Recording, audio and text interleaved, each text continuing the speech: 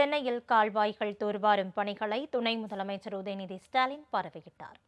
அப்போது பணிகளை விரைந்து முடிக்குமாறு அதிகாரிகளுக்கு அறிவுறுத்தினார். சென்னை மற்றும் புறநகர் பகுதிகளில் மழை முன்னெச்சரிக்கை நடவடிக்கையாக கால்வாய்கள் தூர்வாரும் பணிகள் நடைபெற்று வருகின்றன. ஓட்டேரியில் உள்ள நல்லான் கால்வாய் தூர்வாரும் பணிகள் 65 கோடி ரூபாய் செலவில் நடைபெற்று வருகிறது.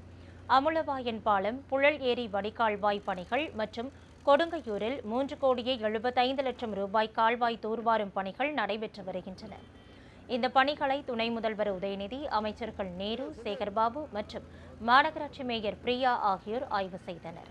வடகிழக்கு பருவமழை தொடங்குவதற்கு முன்னதாக தூர்வாரும் பணிகளை முடிக்க வேண்டும் என்று அதிகாரிகளுக்கு அப்போது உதயநிதி ஸ்டாலின் அறிவுறுத்தினார்.